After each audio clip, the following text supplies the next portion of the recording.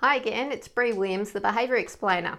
And today I thought I'd spend some time talking about solutions. So those of you familiar with the behaviour change model, my triangle model, know that in order to get people to take action, that might be clicking a button, turning up to work, performing, getting a supplier to negotiate in a particular way, whatever it happens to be.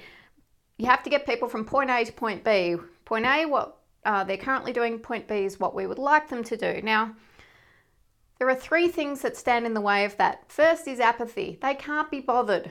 The second is paralysis. They're confused about what they need to do. And the third is anxiety. They might be interested, they might know what they need to do, but they're worried about proceeding. So what do we do about each? So when it comes to apathy, the trick is to give people the capacity to take the action. Now, capacity has two strands. The first is desire or motivation. So what's in it for me? Why should I bother? So this is really about exploring why, what's in it for them to take the action that you would like them to take. But that's not all. And the work of BJ Fogg has really informed my view of this. So motivation is not a stable state. So yes, motivation might be up at some points, but it's going to naturally dissipate. So you can spend a lot of time getting people motivated to take the action for that to naturally wind down over time. So instead, the other strand that we need to focus on in terms of capacity is their capability. So how easy is it for them to take the action? How capable are they of doing that action? So this is really about removing friction, removing unnecessary effort, undesirable effort. So when it comes to overcome apathy, it's really about capacity.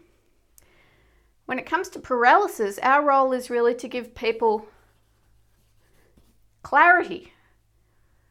They need to be clear on what they need to do. So that means if we're putting options forward, being concerned with how many options we put forward, we might sometimes have to constrain that. So put fewer options forward so that they have a clearer path to making a decision. It can also mean telling them what other people have chosen, for instance, if it's appropriate. So they're nudged towards a preferred option. And there's other things you can do in terms of how you represent the options, in terms of how you display them and put them forward. So the role here for paralysis is really giving people clarity about what they need to do.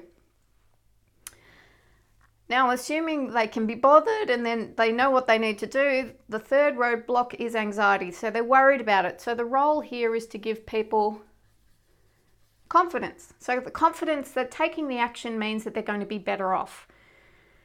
So confidence has two strands also. One is to give them nothing to fear if they do take the action. So I'm confident that if I take this action, I'm going to be better off.